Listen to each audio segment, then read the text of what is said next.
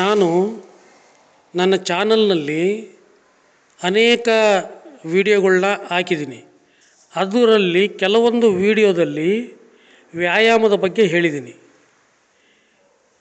ಅದು ಸ್ವಲ್ಪ ಜನಗಳಲ್ಲಿ ಕನ್ಫ್ಯೂಷನ್ ಏನಾದರೂ ಇದ್ದರೆ ಫುಲ್ ಕ್ಲಾರಿಟಿ ಮಾಡಬೇಕು ಅಂಥೇಳಿ ಅದರ ರಹಸ್ಯವನ್ನು ನಾನು ತಿಳಿಸ್ತೀನಿ, ವ್ಯಾಯಾಮದ ರಹಸ್ಯವನ್ನು.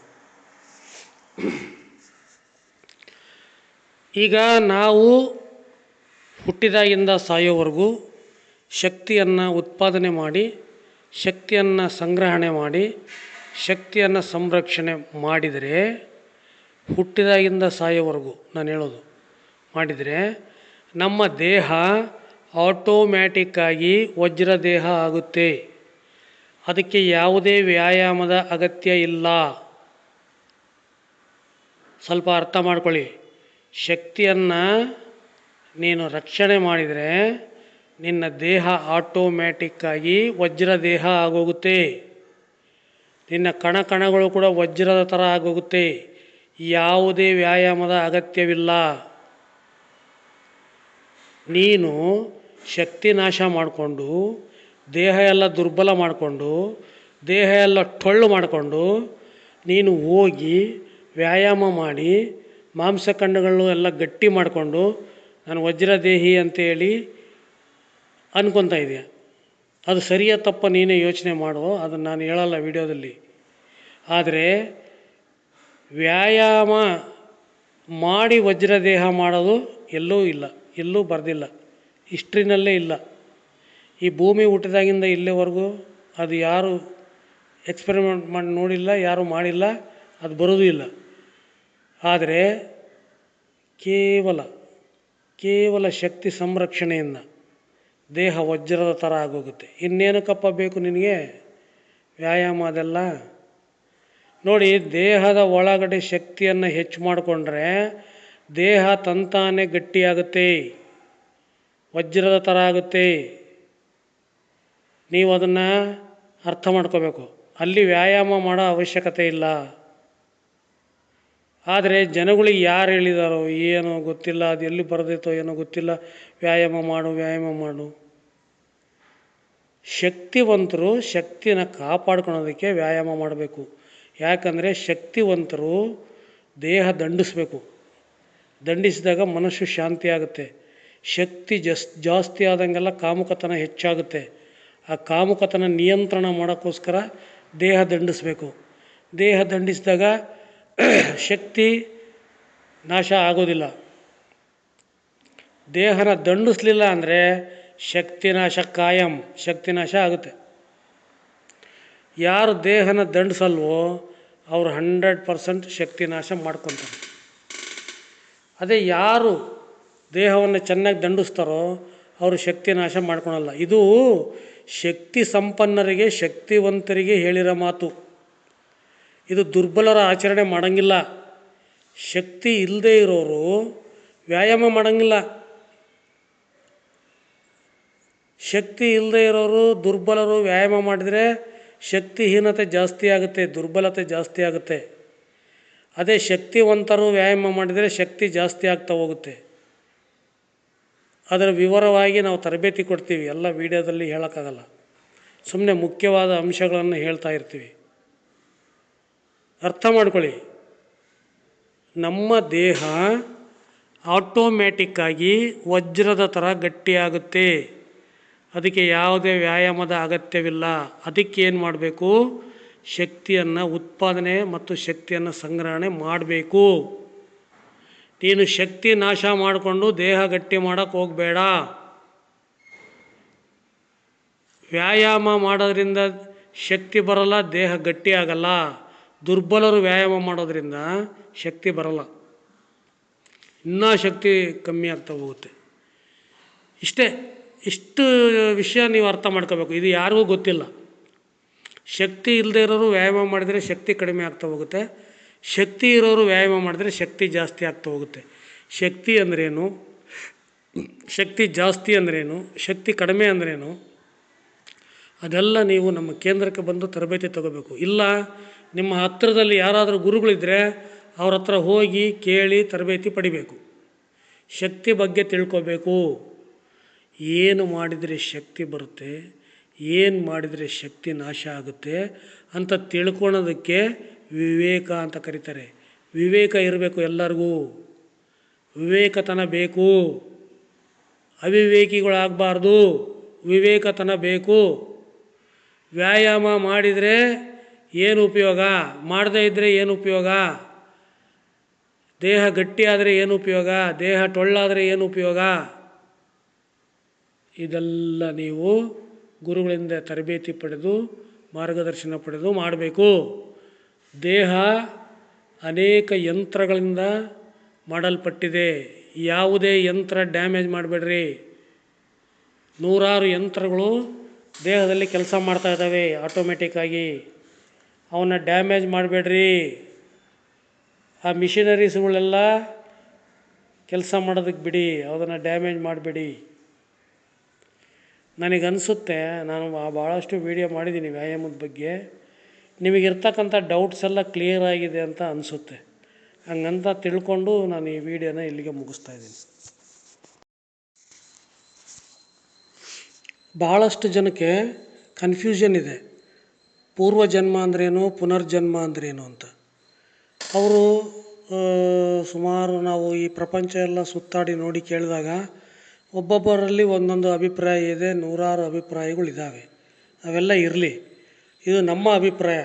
ನಾವು ಇವಾಗ ಶಕ್ತಿ ಸೂತ್ರವನ್ನು 40 ವರ್ಷಗಳ ಕಾಲ ಸಂಶೋಧನೆ ಮಾಡಿ ನಮ್ಮ ಅಭಿಪ್ರಾಯ ಇದು ಅಷ್ಟೇ. ಇದು ನಿಮ್ಮ ಅಭಿಪ್ರಾಯ ನಿಮ್ಮ ಹತ್ರನೇ ಇರಲಿ. ಇದು ಒಂದು ಜ್ಞಾನ ಅಂತ ತಿಳ್ಕೊಳ್ಳಿ. ಇದು ಸತ್ಯ ಅಸತ್ಯನ ಜಡ್ಜ್ ಮಾಡಿ ಸರಿ ಅನಿಸಿದರೆ ಇದನ್ನು ಸ್ವೀಕರಿಸ್ರಿ. ಪೂರ್ವಜನ್ಮ ಅಂದರೆ ನಿಮ್ಮ ತಂದೆ ತಾಯಿ, ಪುನರ್ಜನ್ಮ ಅಂದರೆ ನಿನ್ನ ಮಕ್ಕಳು. ನಿಮ್ಮ ತಂದೆ ತಾಯಿ ಮಾಡಿದಂತಹ ಫಲ ನೀನು, ನಿನ್ನ ಫಲ ನಿನ್ನ ಮಕ್ಕಳು. ಅಂದರೆ ಪೂರ್ವಜನ್ಮ ಅಂದರೆ ತಂದೆ ತಾಯಿಗಳು. ತಂದೆ ತಾಯಿಗಳು ಮಾಡಿದಂಥ ತಪ್ಪು, ತಂದೆ ತಾಯಿಗಳು ಮಾಡಿದಂಥ ಅಜ್ಞಾನ, ತಂದೆ ತಾಯಿಗಳ ಅನಾರೋಗ್ಯ, ಆರೋಗ್ಯ, ಅದೆಲ್ಲ ಒಂದು ಮಗುವಾಗಿ ಹುಟ್ಟುತ್ತೆ. ಅದೇ ನೀನು. ನೀನು ಮಾಡಿದಂಥ ಪಾಪ ಪುಣ್ಯ, ನಿನ್ನ ಆಚರಣೆಗಳು, ನಿನ್ನ ಜ್ಞಾನ ತಿಳುವಳಿಕೆ, ನಿಂದೇನಿದೆಯೋ ಪುಣ್ಯ ಪಾಪ, ಅದೆಲ್ಲ ಒಂದು ಮಗುವಾಗಿ ಹುಟ್ಟುತ್ತೆ. ಅದೇ ನಿನ್ನ ಮಕ್ಕಳು. ನೀನೇ ನಿಮ್ಮ ತಂದೆ ತಾಯಿ, ನೀನೇ ನಿನ್ನ ಮಕ್ಕಳು. ಪುನರ್ಜನ್ಮ ಮತ್ತು ಪೂರ್ವಜನ್ಮ ಇದೇ ಡಿಫ್ರೆನ್ಸ್. ಒಂದು ಮಾತ್ರ ತಿಳ್ಕೊ, ನೀನು ಸತ್ತ ಮೇಲೆ ಮತ್ತೆ ಹುಟ್ಟಲ್ಲ. ಸೂರ್ಯ ಚಂದ್ರ ಇರೋವರೆಗೂ ನೀನು ಹುಟ್ಟಲ್ಲ. ಯಾಕೆ ಅಂತಂದರೆ ನಿಮ್ಮ ತಂದೆ ಹುಟ್ಟಬೇಕು, ನಿಮ್ಮ ತಾಯಿ ಹುಟ್ಟಬೇಕು, ಅವ್ರ ಮದುವೆ ಆಗಬೇಕು, ಮತ್ತು ಅವರಿಬ್ಬರು ಒಂದು ನೀನು ಯಾವ ಗಳಿಗೆಯಲ್ಲಿ ಹುಟ್ಟಿದೆ ಅದೇ ಗಳಿಗೆಯಲ್ಲಿ ಅವ್ರು ಕೂಡಬೇಕು, ಮತ್ತು ಅದೇ ಬೀಜ ಸಿಗಬೇಕು, ಅದೇ ಬೀಜ ಉತ್ಪತ್ತಿ ಆಗಬೇಕು, ಅದು ಹುಟ್ಟಬೇಕು. ಅದು ಅಸಾಧ್ಯವಾದ ಮಾತು. ಮನುಷ್ಯ ಸತ್ತ ಮೇಲೆ ಮಣ್ಣಲ್ಲಿ ಮಣ್ಣಾಗ. ಪೂರ್ವಜನ್ಮದಲ್ಲಿ ಮಾಡಿದಂತಹ ಪಾಪಗಳು ಅಂದರೆ ನಿಮ್ಮ ತಂದೆ ತಾಯಿ ಮಾಡಿದಂತಹ ತಪ್ಪುಗಳು. ಮತ್ತು ನೀನು ಈ ಜನ್ಮದಲ್ಲಿ ಚೆನ್ನಾಗಿದ್ದರೆ ಮುಂದಿನ ಜನ್ಮದಲ್ಲಿ ಚೆನ್ನಾಗಿರ್ತೀಯ ಅನ್ನೋದಕ್ಕೆ ನಿನ್ನ ಮಕ್ಕಳು. ನೀನು ಹೆಂಗೆ ಇರ್ತೀಯೋ ಹಂಗೆ ನಿನ್ನ ಮಕ್ಕಳು. ಈಗ ನಿನ್ನ ಮೆದುಳು ಇನ್ನೊಂದು ಮೆದುಳನ್ನು ಉತ್ಪತ್ತಿ ಮಾಡುತ್ತೆ, ನಿನ್ನ ಹೃದಯ ಇನ್ನೊಂದು ಹೃದಯವನ್ನು ಉತ್ಪತ್ತಿ ಮಾಡುತ್ತೆ, ನೀನು ಇನ್ನೊಂದು ಜೀವಿಯನ್ನು ಸೃಷ್ಟಿ ಮಾಡ್ತೀಯ. ನಿನ್ನ ದೇಹದ ಎಲ್ಲ ಅಂಗಾಂಗಗಳು ಆ ಜೀವಿಯಲ್ಲಿ ಇರುತ್ತೆ. ನೀನೇ ಅದು, ಅದೇ ನೀನು. ಎಲ್ಲ ವೇದ ಶಾಸ್ತ್ರ ಎಲ್ಲ ಹೇಳೋದದೇ, ನೀನು ಅದೇ, ಅದೇ ನೀನು ಅಂತ. ನೀನು ಮಾಡಿದಂತಹ ತಪ್ಪುಗಳು ನಿನಗೆ ಮಗುವಾಗಿ ಹುಟ್ಟುತ್ತೆ. ಅದಕ್ಕೆ ಭಯದಿಂದ ನಡ್ಕೋ, ಶಾಸ್ತ್ರ ಸಂಪ್ರದಾಯ ಪಾಲನೆ ಮಾಡು ಅಂತ ನಾನು ಬಡ್ಕೊಳೋದು, ಶಕ್ತಿ ಸೂತ್ರ ಹೇಳೋದು. ಈಗ ತಂದೆ ತಾಯಿ ಮಾಡಿದ ಫಲ ಮಕ್ಕಳು ಅನುಭವಿಸ್ತಾರೆ, ಮಕ್ಕಳು ಮಾಡಿದ ಫಲ ಅವ್ರ ಮಕ್ಕಳು ಅನುಭವಿಸ್ತಾರೆ. ಅರ್ಥ ಆಯ್ತಾ? ಇದೆಲ್ಲರಿಗೂ ಗೊತ್ತು. ತಂದೆ ತಾಯಿಗಳು ಶಕ್ತಿಶಾಲಿಯಾಗಿದ್ದರೆ ನೀನು ಶಕ್ತಿಶಾಲಿಯಾಗಿರ್ತೀಯ. ತಂದೆ ತಾಯಿಗಳು ದುರ್ಬಲವಾಗಿದ್ದರೆ ನೀನು ದುರ್ಬಲವಾಗಿರ್ತೀಯ. ಅದೇ ರೀತಿ ನೀನು ಶಕ್ತಿಶಾಲಿಯಾಗಿದ್ದರೆ ನಿನಗೆ ಹುಟ್ಟೋ ಮಕ್ಕಳು ಶಕ್ತಿಶಾಲಿಯಾಗಿರ್ತಾರೆ. ನೀನು ದುರ್ಬಲವಾಗಿದ್ದರೆ ನಿನಗೆ ಹುಟ್ಟೋ ಮಕ್ಕಳು ಕೂಡ ದುರ್ಬಲವಾಗಿರ್ತಾರೆ. ಇದು ಪ್ರತಿಯೊಬ್ಬರಿಗೂ ಅನ್ವಯಿಸುತ್ತೆ, ಗಂಡು ಹೆಣ್ಣು ಮತ್ತು ಎಲ್ಲ ಪ್ರಾಣಿ ಎಲ್ಲ ಜೀವರಾಶಿಗಳಿಗೂ ಇದು ಅನ್ವಯಿಸುತ್ತೆ. ಶಕ್ತಿ ಸೂತ್ರದ ನಿಯಮ ಇದು. ಅದಕ್ಕೆ ನಾವೆಲ್ಲ ನಿಮಗೆ ಶಕ್ತಿವಂತರಾಗ್ರಿ ಅಂತ ಹೇಳೋದು. ಶಕ್ತಿ ನಾಶ ಮಾಡಿಕೊಂಡು ದೇಹ ದುರ್ಬಲ ಮಾಡಿಕೊಂಡು ಮಾನಸಿಕವಾಗಿ ದೈಹಿಕವಾಗಿ ದುರ್ಬಲ ಮಕ್ಕಳಿಗೆ ಜನ್ಮ ಕೊಡಬೇಡಿ, ಅಂಗವಿಕಲರಿಗೆ ಜನ್ಮ ಕೊಡಬೇಡಿ, ಕುರೂಪಿಗಳಿಗೆ ಜನ್ಮ ಕೊಡಬೇಡಿ, ಹುಚ್ಚರಿಗೆ ಜನ್ಮ ಕೊಡಬೇಡಿ. ಶಕ್ತಿವಂತರಾಗ್ರಿ. ನೀನಿಷ್ಟೇ ಅಪ್ಪ, ನಿನ್ನ ಮೆದುಳು ಇನ್ನೊಂದು ಮೆದುಳನ್ನು ತಯಾರು ಮಾಡುತ್ತೆ. ನಿನ್ನ ಮೆದುಳನ್ನ ಏನೇನು ಪ್ರಿಂಟ್ ಐತೋ ಆ ಮೆದುಳಿನಾಗೂ ಅದೇ ಪ್ರಿಂಟ್ ಇರುತ್ತೆ. ಸ್ವಲ್ಪ ಭಯದಿಂದ ನಡ್ಕೋ. ಇದನ್ನೆಲ್ಲ ತಿಳ್ಕೊಂಡು ಜೀವನ ಮಾಡ್ಬೇಕು. ನೀನು ಹುಚ್ಚುಚ್ಚಾಗಾಡಿದರೆ ನೀವು ಹುಟ್ಟ ಮಗನೂ ಹುಚ್ಚುಚ್ಚಾಡುತ್ತೆ. ನೀನು ಜ್ಞಾನಿಯಾಗಿದ್ದರೆ ನಿನಗೆ ಹುಟ್ಟ ಮಗನೂ ಜ್ಞಾನಿಯಾಗಿರುತ್ತೆ. ಆ ಮಗು ಬೇರೆ ಯಾರೂ ಅಲ್ಲ, ನೀನೇ. ಇದನ್ನು ಅರ್ಥ ಮಾಡ್ಕೋ. ಪೂರ್ವಜನ್ಮ ಪುನರ್ಜನ್ಮ ಅಂದರೆ ಪೂರ್ವಜನ್ಮ ಅಂದರೆ ತಂದೆ ತಾಯಿ, ಪುನರ್ಜನ್ಮ ಅಂದರೆ ಮಕ್ಕಳು. ಅದು ನೀನೇ, ಇದು ನೀನೇ. ನೀನೇ ಅದು, ಅದೇ ನೀನು. ಇದೇ ವೇದ ಹೇಳೋದು. ಋಗ್ವೇದ, ಯಜುರ್ವೇದ, ಸಾಮವೇದ ಹೇಳೋದು ಅಷ್ಟೇ. ನೀನೇ ಅದು, ಅದೇ ನೀನು ಅಂದರೆ ಇದೇ. ಅರ್ಥ ಮಾಡ್ಕೋ ನೀನೇ. ಸುಮ್ಮನೆ ಏನೇನೋ ತಪ್ಪು ಅರ್ಥಗಳು ಮಾಡ್ಕೊಂಡು ಹುಚ್ಚುಚ್ಚಾಗಿ ಏನೋ ಮಾಡಬೇಡ್ರಿ. ನೀನು ಮಾಡಿದಂತಹ ಪಾಪಕರ್ಮಗಳು ನಿನ್ನ ಮುಂದೆ ಮಗುವಾಗಿ ಹುಟ್ಟುತ್ತೆ. ನೀನು ಅದನ್ನು ನೋಡಿ ನರಳಿ ಸಾಯ್ತೀಯ. ನೀನು ಮಾಡಿದಂಥ ಪುಣ್ಯದ ಫಲಗಳು ನಿನಗೆ ಮಗುವಾಗಿ ಹುಟ್ಟುತ್ತೆ. ನೀನು ಅದನ್ನು ನೋಡಿ ಸಂತೋಷ ಪಡ್ತೀಯ. ಅರ್ಥ ಆಯ್ತಾ? ನೀನು ಮತ್ತೆ ಸತ್ತ ಮೇಲೆ ಮತ್ತೆ ಹುಟ್ಟಲ್ಲ. ಸೂರ್ಯ ಚಂದ್ರ ಇರೋವರೆಗೂ ಹುಟ್ಟಲ್ಲ. ಗಾಳಿಯಲ್ಲಿ ಗಾಳಿಯಾಗಿ, ನೀರಲ್ಲಿ ನೀರಾಗಿ, ಮಣ್ಣಲ್ಲಿ ಮಣ್ಣಾಗಿ ಹೋಗ್ಬಿಡುತ್ತೆ ನಿನ್ನ ದೇಹ. ಮತ್ತೆ ಹುಟ್ಟಲ್ಲಪ್ಪ ನೀನು, ನೆನಪಿಟ್ಕ. ಸತ್ತ ಮೇಲೆ ಮತ್ತೆ ಹುಟ್ಟಲ್ಲ.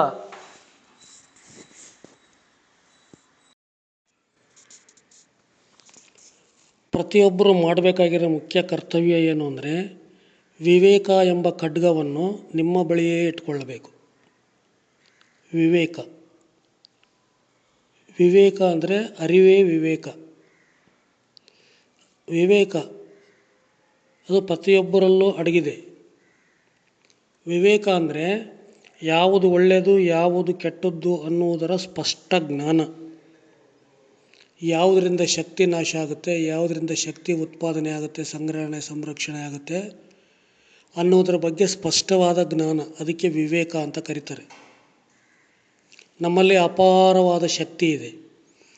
ಶಾರೀರಿಕ ಶಕ್ತಿ, ಕ್ರಿಯಾಶಕ್ತಿ, ಇಚ್ಛಾಶಕ್ತಿ, ಬುದ್ಧಿಶಕ್ತಿ, ಭಾವನಾ ಶಕ್ತಿ, ಅನಂತ ಶಕ್ತಿ, ಬೇಕಾದಷ್ಟು ಶಕ್ತಿಗಳಿದೆ ನಮ್ಮ ದೇಹದಲ್ಲಿ. ಆ ಶಕ್ತಿಯನ್ನು ನಾವು ಕಾಪಾಡ್ಕೋಬೇಕು. ಯಾವ ರೀತಿ ಕಾಪಾಡ್ಕೋಬೇಕು ಅದನ್ನೇ ವಿವೇಕ ಅಂತ ಕರೀತಾರೆ. ವಿವೇಕ ಎಂಬ ಖಡ್ಗವನ್ನು ನೀವು ಸದಾ ನಿಮ್ಮ ಬಳಿಯಲ್ಲಿ ಇಟ್ಟುಕೊಳ್ಳಬೇಕು. ನಿಮ್ಮ ಕಷ್ಟ ಸುಖಕ್ಕೆ ಎಲ್ಲ ನೀವೇ ಕಾರಣ. ನಿನ್ನ ಕಷ್ಟ ಸುಖಕ್ಕೆ ನೀನೇ ಕಾರಣ. ಜೀವನ ಸುಗಮವಾಗಿರಲು, ಲಾಭದಾಯಕವಾಗಿರಲು, ಸಫಲತೆಯಿಂದ ಕೂಡಿರಲು ನೀನು ಶಕ್ತಿ ಸಂರಕ್ಷಣೆ ಮಾಡಬೇಕು. ಶಕ್ತಿಯನ್ನು ಜೀವನದಲ್ಲಿ ಸೇರಿಸಿಕೊಳ್ಳದಿದ್ದರೆ ಎಲ್ಲವೂ ವಿಫಲ. ಮಾಡಬೇಕಾದದ್ದನ್ನು ಸರಿಯಾದ ಸಮಯದಲ್ಲಿ ಮಾಡದಿದ್ದರೆ ಅಪಾರ ನಷ್ಟ ಆಗುತ್ತದೆ. ಶಕ್ತಿ ಸಂಪಾದನೆ ಮಾಡುವುದು ಹೇಗೆ ಮತ್ತು ಯಾವುದರಿಂದ ಶಕ್ತಿ ನಾಶ ಆಗುತ್ತೆ ಅನ್ನುವ ಸ್ಪಷ್ಟ ಜ್ಞಾನ ನಿನಗಿರಬೇಕು. ಇದನ್ನು ವಿವೇಕ ಅಂತ ಕರೀತಾರೆ. ನಿನ್ನ ಅರಿವೇ ನಿನಗೆ ವಿವೇಕ.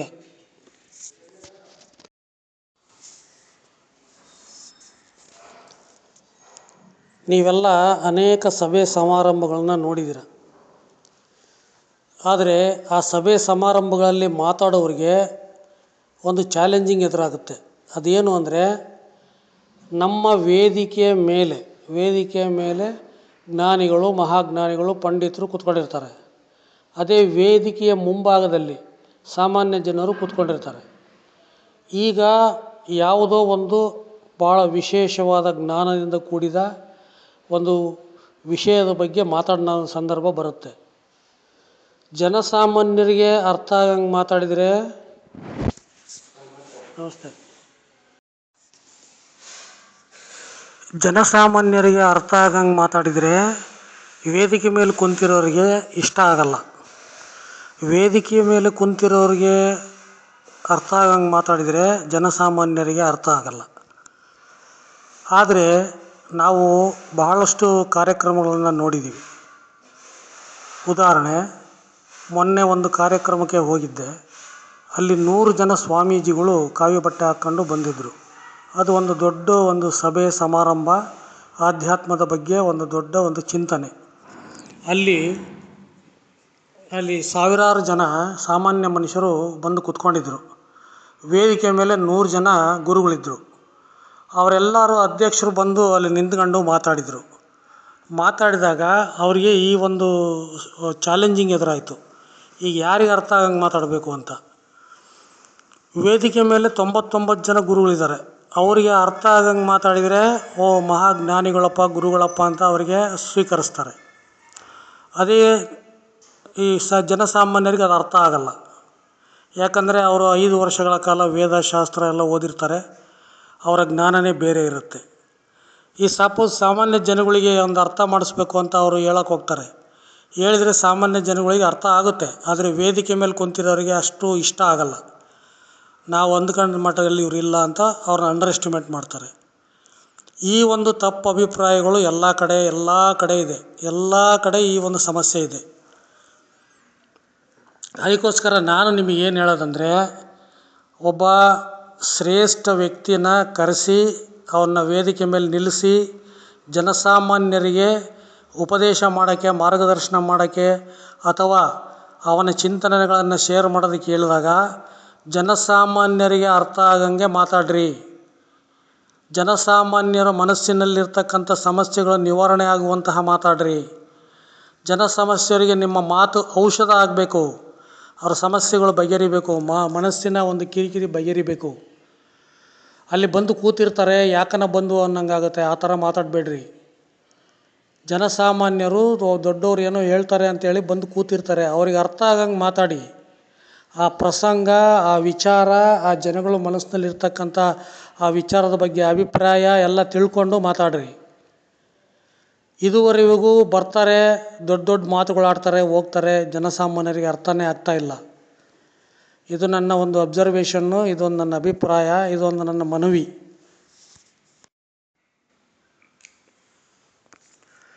ನಿಮಗೊಂದು ಕಿವಿ ಮಾತು ಹೇಳ್ತೀನಿ ಕೇಳಿ. ನಾವು ಶಕ್ತಿಯನ್ನು ಸಂರಕ್ಷಣೆ ಮಾಡಿದರೆ ನಮ್ಮ ದೇಹ ಆಟೋಮೆಟಿಕ್ಕಾಗಿ ವಜ್ರದ ಥರ ಗಟ್ಟಿಯಾಗುತ್ತೆ. ಅದಕ್ಕಾಗಿ ನೀವು ಯಾವುದೇ ಕಸರತ್ತು, ವ್ಯಾಯಾಮ, ದೇಹಶ್ರಮ ಮಾಡೋ ಅಗತ್ಯವಿಲ್ಲ. ರೋಗಿಗಳು ವ್ಯಾಯಾಮ ಮಾಡಬೇಡ್ರಿ, ರೋಗ ಜಾಸ್ತಿ ಆಗುತ್ತೆ. ಶಕ್ತಿವಂತರು ವ್ಯಾಯಾಮ ಮಾಡಿರಿ, ಶಕ್ತಿ ಜಾಸ್ತಿ ಆಗುತ್ತೆ.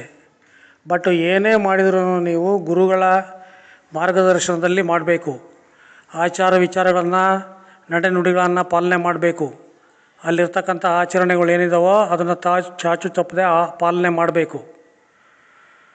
ವಜ್ರ ದೇಹ ಮಾಡ್ತೀನಿ ಅಂತ ಹೇಳ್ಬಿಟ್ಟು ದೇಹ ದಂಡಿಸಿ ನೀವು ದೇಹದಲ್ಲಿರ್ತಕ್ಕಂಥ ಎಲ್ಲ ಅಂಗಾಂಗಗಳಿಗೆ ನೀವು ಡ್ಯಾಮೇಜ್ ಮಾಡಬೇಡ್ರಿ. ಇದು ನನ್ನ ಮನವಿ.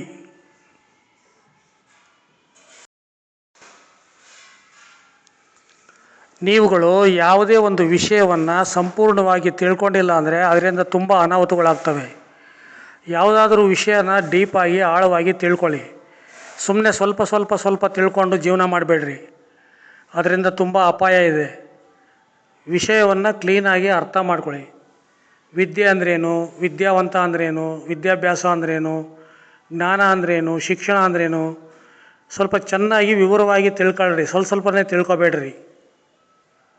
ಆಮೇಲೆ ಈ ಸ್ವಾಮೀಜಿಗಳಂದ್ರೇನು, ಮಠ ಅಂದ್ರೇನು, ದೇವ್ರಂದ್ರೇನು, ದೇವಸ್ಥಾನ ಅಂದ್ರೇನು, ಶಕ್ತಿ ಅಂದ್ರೇನು, ಇದ್ರ ಬಗ್ಗೆ ಎಲ್ಲ ತುಂಬ ಆಳವಾಗಿ ಅಧ್ಯಯನ ಮಾಡಿ ತಿಳ್ಕೊಳ್ರಿ. ಗುರುಗಳಿಂದ ಕೇಳಿ ತಿಳ್ಕೊಳ್ರಿ. ಗುರುಗಳ ಮಾರ್ಗದರ್ಶನದಲ್ಲಿ ನಡೀರಿ. ಸುಮ್ಮನೆ ಅರ್ಧಂಬರ್ಧ ಅಲ್ಲಿ ಇಲ್ಲಿ ಹೇಳಿದ್ದು ಕೇಳಿದ್ದು ನೋಡಿದ್ದು ಓದಿದ್ದು ಎಲ್ಲ ತಿಳ್ಕೊಂಡು ಜೀವನ ಮಾಡಬೇಡ್ರಿ. ನೀವು ಯಾವುದಾದ್ರೂ ಒಂದು ವಿಷಯವಾಗಿ ತಿಳ್ಕೊಳ್ಳಿಲ್ಲ ಅಂತಂದರೆ ಆ ವಿಷಯದ ಬಗ್ಗೆ ನಿಮಗೆ ಭಕ್ತಿ ಬರೋಲ್ಲ, ಆ ವಿಷಯದ ಬಗ್ಗೆ ಪ್ರೀತಿ ಬರೋಲ್ಲ, ದ್ವೇಷ ಬರುತ್ತೆ. ನೀವು ದ್ವೇಷ ಬರೋ ಥರ ನಡ್ಕೋಬೇಡಿ. ಅರ್ಧಂಬರ್ಧ ಜ್ಞಾನ ಇರೋರು ಪ್ರತಿಯೊಂದನ್ನು ದ್ವೇಷ ಮಾಡ್ತಾರೆ, ಸಂಪೂರ್ಣವಾಗಿ ಜ್ಞಾನ ಇರೋರು ಸ್ವೀಕರಿಸ್ತಾರೆ. ಒಬ್ಬ ವ್ಯಕ್ತಿ ಬಗ್ಗೆ ನಿಮಗೆ ಗೌರವ ಮತ್ತು ಪ್ರೀತಿ ಬರಬೇಕು ಅಂದರೆ ಫಸ್ಟು ನೀವು ವಿಷಯಗಳನ್ನು ಚೆನ್ನಾಗಿ ತಿಳ್ಕೊಳ್ರಿ. ವ್ಯಕ್ತಿ ಬಗ್ಗೆ ಆಗಿರ್ಬೋದು, ಜ್ಞಾನದ ಬಗ್ಗೆ ಆಗಿರ್ಬೋದು, ಶಕ್ತಿ ಬಗ್ಗೆ ಆಗಿರ್ಬೋದು, ಚೆನ್ನಾಗಿ ತಿಳ್ಕೊಳ್ಳಿ. ತಿಳ್ಕೊಂಡಾಗ ಮಾತ್ರ ನಮಗೆ ಭಕ್ತಿ ಬರುತ್ತೆ, ಪ್ರೀತಿ ಬರುತ್ತೆ. ಒಬ್ಬ ವ್ಯಕ್ತಿ ಇನ್ನೊಬ್ಬ ವ್ಯಕ್ತಿಯನ್ನು ಚೆನ್ನಾಗಿ ಅರ್ಥ ಮಾಡ್ಕೊಳ್ಳಿ, ಆವಾಗ ಭಕ್ತಿ ಬರುತ್ತೆ, ಪ್ರೀತಿ ಬರುತ್ತೆ. ಅತಿಥಿಗಳನ್ನ ಯಾವ ರೀತಿ ಗೌರವಿಸ್ಬೇಕು, ಹೊಸ್ದಾಗಿ ಪರಿಚಯ ಆದವ್ರನ್ನ ಯಾವ ರೀತಿ ಗೌರವಿಸ್ಬೇಕು, ಹಳಬ್ರನ್ನ ಯಾವ ರೀತಿ ಮಾತಾಡಿಸ್ಬೇಕು, ಎಲ್ಲ ಒಂದು ವಿಚಾರವನ್ನು ಚೆನ್ನಾಗಿ ಗುರುಗಳ ಹತ್ರ ಕೇಳಿ ತಿಳ್ಕೊಂಡು ಒಳ್ಳೆ ಜೀವನ ಮಾಡಬೇಕು. ನೀವು ಚೆನ್ನಾಗಿ ನಡ್ಕೋಬೇಕು. ನೀವು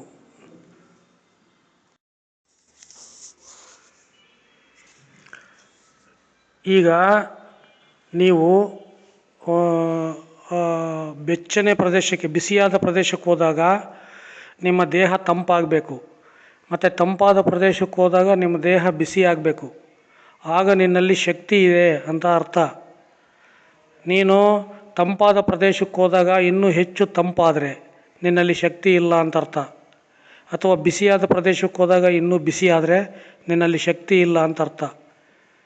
ನಮ್ಮ ದೇಹ ಶಕ್ತಿಗೆ ಎಂಥ ಕೆಪಾಸಿಟಿ ಇದೆ ಅಂದರೆ, if you go to hot region your body will become cool. If you go to cold region your body will become hot. ಅದು ನಿನ್ನ ದೇಹದಲ್ಲಿರ್ತಕ್ಕಂಥ ಕರೆಂಟ್, ವಿದ್ಯುತ್ ಶಕ್ತಿ ಈ ಕೆಲಸ ಮಾಡುತ್ತೆ. ದೇಹವನ್ನು ಬಿಸಿಯಾಗಿಟ್ಕೊಳ್ಳಿ, ದೇಹದಲ್ಲಿ ವಿದ್ಯುತ್ ಶಕ್ತಿಯನ್ನು ಹೆಚ್ಚಾಗಿಟ್ಕೊಳ್ಳಿ, ಕೆಮಿಕಲ್ ಎನರ್ಜಿಯನ್ನು ಚೆನ್ನಾಗಿಟ್ಕೊಳ್ಳಿ, ದೇಹ ಶಕ್ತಿಶಾಲಿಯಾಗಿ ಇರಂಗೆ ಇಟ್ಕೊಳ್ಳಿ. ಎಲ್ಲ ಜೀವಕೋಶಗಳು ಶಕ್ತಿಶಾಲಿಯಾಗಿರಬೇಕು, ಎಲ್ಲ ಅಂಗಾಂಗಗಳು ಶಕ್ತಿಶಾಲಿಯಾಗಿರಬೇಕು, ದೇಹ ಮನಸ್ಸು ಬುದ್ಧಿ ಎಲ್ಲ ಶಕ್ತಿಶಾಲಿಯಾಗಿರಬೇಕು. ಆಗ ನಿಮಗೆ ಈ ಅನುಭವ ಆಗುತ್ತೆ. ನೋಡಿ, ನೀವು if you go to hot region if your body become cool, ನಿನ್ನಲ್ಲಿ ಶಕ್ತಿ ಇದೆ ಅಂತ ಅರ್ಥ. If you go to hot region if your body become very hot, ಆಗ ನಿನ್ನಲ್ಲಿ ಶಕ್ತಿ ಇಲ್ಲ ಅಂತ ಅರ್ಥ.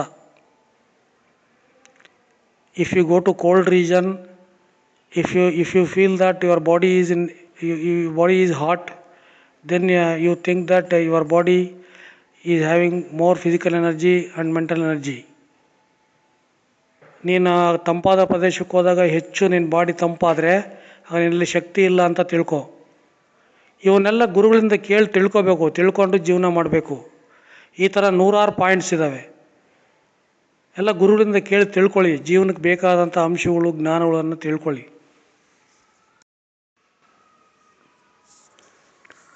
ಶತ್ರು ದೇಶದವರು ನಮ್ಮ ವೈರಿಗಳು. ಶತ್ರು ದೇಶದವರು ನಮ್ಮ ವೈರಿಗಳು. ನಮ್ಮ ದೇಶದ ಬಗ್ಗೆ ಅವರು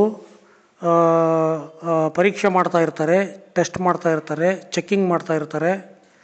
ನಮ್ಮ ದೇಶ ಎಷ್ಟು ಶಕ್ತಿಶಾಲಿಯಾಗಿದೆ ಅಂತೇಳಿ ಕಂಡುಹಿಡಿತಾ ಇರ್ತಾರೆ. ಅವರು ನಾವು ಯಾವ ವಿಷಯದಲ್ಲಿ ವೀಕ್ ಆಗಿದ್ದೀವಿ ಅದೇ ವಿಷಯವನ್ನು ಆಧಾರವಾಗಿ ಇಟ್ಕೊಂಡು ನಮಗೆ ಇನ್ನೂ ಹೆಚ್ಚು ವೀಕ್ ಮಾಡ್ತಾರೆ. ದೇಶ ಅಸ್ಥಿರತೆ ಮಾಡ್ತಾರೆ. ಉದಾಹರಣೆ, ಈಗ ಯೂಟ್ಯೂಬ್ನಲ್ಲಿ ಶಕ್ತಿ ನಾಶ ಆಗೋಂಥವನ್ನು ಹಾಕ್ತಾರೆ. ಹಾಕಿದಾಗ ಲಕ್ಷಗಟ್ಟಲೆ ಕೋಟಿಗಟ್ಟಲೆ ಜನ ಅದನ್ನು ಲೈಕ್ ಮಾಡ್ತಾರೆ, ನೋಡ್ತಾರೆ, ವ್ಯೂಸ್ ಮಾಡ್ತಾರೆ. ಅದೇ ಶಕ್ತಿ ಸಂರಕ್ಷಣೆ ಆಗುವಂಥ ಪೋಸ್ಟ್ಗಳ್ನ ಹಾಕಿದಾಗ ಅದನ್ನು ಯಾರೂ ಲೈಕ್ ಮಾಡಲ್ಲ, ನೋಡಲ್ಲ, ಇಷ್ಟಪಡಲ್ಲ. ಇದರಿಂದ ಶತ್ರು ರಾಷ್ಟ್ರಗಳಿಗೆ, ವೈರಿಗಳಿಗೆ ಗೊತ್ತಾಗುತ್ತೆ ಈ ದೇಶದಲ್ಲಿ ಎಲ್ಲ ಜನ ಶಕ್ತಿ ನಾಶಕ್ಕೆ ಸಂಬಂಧಪಟ್ಟವರೇ ಇದ್ದಾರೆ. ಆಗ ಅವರು ಶಕ್ತಿ ನಾಶಕ್ಕೆ ಸಂಬಂಧಪಟ್ಟ ಎಲ್ಲ ಕಾರ್ಯಚಟುವಟಿಕೆಗಳನ್ನು ಚುರುಕುಗೊಳಿಸ್ತಾರೆ. ಇವರು ನಮ್ಮ ದೇಶದವರು ಎಲ್ಲ ಶಕ್ತಿ ನಾಶ ಮಾಡಿಕೊಂಡು, ದೇಹ ಎಲ್ಲ ಹಾಳು ಮಾಡಿಕೊಂಡು ಅವ್ರನ್ನ ಶ್ರೀಮಂತರನ್ನಾಗಿ ಮಾಡ್ತಾರೆ. ಈ ಥರ ಎಲ್ಲ 100 ಕಾರಣಗಳು, 100 ಪಾಯಿಂಟ್ಸ್ ಇದ್ದಾವೆ. ಶತ್ರು ದೇಶಗಳಿಗೆ ನಮ್ಮ ದೇಶದ ವೀಕ್ನೆಸ್ಸನ್ನು ಬಿಟ್ಕೊಡ್ಬೇಡಿ. ನೀವು ಈ ರೀತಿ ಶಕ್ತಿ ನಾಶ ಆಗುವಂಥ ಪೋಸ್ಟ್ಗಳನ್ನು ಲೈಕ್ ಮಾಡಿದರೆ ಇನ್ನೂ ಹೆಚ್ಚು ಹೆಚ್ಚು ಶಕ್ತಿ ನಾಶವಾಗುವಂಥ ಪೋಸ್ಟ್ಗಳೇ ಬರ್ತವೆ. ನೀವು ಶಕ್ತಿ ಸಂರಕ್ಷಣೆ ಮಾಡೋಂಥ ಪೋಸ್ಟ್ಗಳನ್ನ ಹೆಚ್ಚು ಲೈಕ್ ಮಾಡಿರಿ, ಆಗ ನಿಮಗೆ ಶಕ್ತಿ ನಾಶ ಆಗೋವಂಥ ಪೋಸ್ಟ್ಗಳು ಬರೋದೇ ಇಲ್ಲ. ನೀವು ಏನು ಪೋಸ್ಟನ್ನ ಲೈಕ್ ಮಾಡ್ತೀರ ಜನ ಅದನ್ನೇ ಹಾಕ್ತಾರೆ. ಈಗ ನೀವು ಅಶ್ಲೀಲ ಚಿತ್ರಗಳನ್ನು ನೀವು ನೋಡಿದರೆ ಸಿನಿಮಾದವರು ಅಶ್ಲೀಲ ಚಿತ್ರಗಳನ್ನೇ ತೆಗಿತಾರೆ. ನೀವು ಅಶ್ಲೀಲ ಚಿತ್ರಗಳನ್ನು ಒಬ್ಬರು ನೋಡಲೇ ಇಲ್ಲ ಅಂದರೆ ಸಿನಿಮಾದವ್ರು ತೆಗಿಯೋದಿಲ್ಲ. ಅವ್ರು ಯಾಕೆ ದುಡ್ಡು ಖರ್ಚು ಮಾಡಿ ತೆಗಿತಾರೆ, ಲಾಸ್ ಮಾಡ್ಕೊತಾರೆ ಅಲ್ವಾ? ಅದಕ್ಕೋಸ್ಕರ ನೀವು ಈಗ ಸಿನಿಮಾ ನೋಡ್ತೀರಾ, ಶಕ್ತಿ ಸಂರಕ್ಷಣೆ ಮಾಡುವಂಥ ಸಿನಿಮಾಗಳು ನೋಡ್ರಿ. ಆವಾಗ ಅಂಥ ಸಿನಿಮಾಗಳೇ ಬರ್ತವೆ. ಜನ ಅದನ್ನು ನೋಡ್ತಾರೆ ಅಂತೇಳಿ ಅಂಥದ್ದೇ ತೆಗಿತಾರೆ. ಅವರಿಗೆ ದುಡ್ಡು ಬೇಕಷ್ಟೇ. ನೀವು ಯೂಟ್ಯೂಬ್ನಲ್ಲಿ ಇವತ್ತಿನಿಂದನೇ ಶಕ್ತಿ ನಾಶ ಆಗುವಂಥ ಎಲ್ಲ ಕ್ರಿಯೆಗಳನ್ನು ಲೈಕ್ ಮಾಡಬೇಡ್ರಿ, ನೋಡಬೇಡ್ರಿ, ಅದನ್ನು ಮುಟ್ಟಬೇಡ್ರಿ. ಶಕ್ತಿ ಸಂರಕ್ಷಣೆ ಆಗುವಂಥವನ್ನ ನೋಡ್ರಿ, ಲೈಕ್ ಮಾಡಿರಿ. ಭಕ್ತಿಗೀತೆಗಳು, ಹಾಡುಗಳು, ಎಷ್ಟೋ ಪ್ರವಚನಗಳು, ಎಷ್ಟೋ ವಿಧವಾದ ಶಕ್ತಿ ಸಂರಕ್ಷಣೆಗೆ ಉಪಯೋಗ ಆಗ್ತಕ್ಕಂಥದ್ದು ಎಷ್ಟೋ ಮಾಹಿತಿಗಳು ಯೂಟ್ಯೂಬ್ನಲ್ಲಿದ್ದಾವೆ. ನೀವು ಯೂಟ್ಯೂಬ್ ಆಗಲಿ, ಗೂಗಲ್ ಆಗಲಿ, ಯಾವುದೇ ಇಂಟರ್ನೆಟ್ ಆಗಲಿ, ಪ್ರತಿಯೊಂದನ್ನು ಶಕ್ತಿ ಸಂಪಾದನೆಗಾಗಿ ಬಳಸ್ರಿ. ಶಕ್ತಿ ನಾಶಕ್ಕೆ ಬಳಸಬೇಡ್ರಿ, ಶಕ್ತಿ ಸಂರಕ್ಷಣೆಗಾಗಿ ಬಳಸ್ರಿ. ವಿಜ್ಞಾನವನ್ನು ಜೀವನ ಉದ್ಧಾರಕ್ಕೋಸ್ಕರ, ಶಕ್ತಿ ಸಂರಕ್ಷಣೆಗೋಸ್ಕರ, ಊಟಕ್ಕೋಸ್ಕರ, ಊಟ ಕೊಡಬೇಕು ಅಂಥದಕ್ಕೋಸ್ಕರ, ಆರೋಗ್ಯ ಕೊಡಬೇಕು, ಊಟ ಕೊಡಬೇಕು ಅಂಥದಕ್ಕೋಸ್ಕರ ನೀವು ಉಪಯೋಗಿಸ್ರಿ. ಶಕ್ತಿ ನಾಶ ಆಗೋಂಥದಕ್ಕೆ ನೀವು ಉಪಯೋಗಿಸ್ಬೇಡ್ರಿ. ಎಲ್ಲ ರಿಜೆಕ್ಟ್ ಮಾಡಿರಿ. ಶಕ್ತಿ ನಾಶ ಆಗೋಂಥವ್ನು ಯಾರು ಬೆಂಬಲಿಸ್ಬೇಡ್ರಿ. ನೀವು ಅದನ್ನು ಲೈಕ್ ಮಾಡಿದರೆ, ನೋಡಿದರೆ ಅದಕ್ಕೆ ಬೆಂಬಲ ಕೊಟ್ಟಂಗೆ ಆಗುತ್ತೆ. ಕೆಟ್ಟದ್ದನ್ನು ನೋಡಬೇಡ್ರಿ, ಕೆಟ್ಟದ್ದನ್ನು ಕೇಳಬೇಡ್ರಿ, ಕೆಟ್ಟದ್ದನ್ನು ಮಾತಾಡಬೇಡ್ರಿ. ಜೀವನ ಎಲ್ಲ ಕೆಟ್ಟೋಗುತ್ತೆ. ನೀನು ಕೆಟ್ಟದ್ದು ಮಾಡಿದರೆ ಕೆಟ್ಟದ್ದು ಕೆಟ್ಟೋಗುತ್ತೆ, ಕೆಟ್ಟದೋಗುತ್ತೆ ಎಲ್ಲ.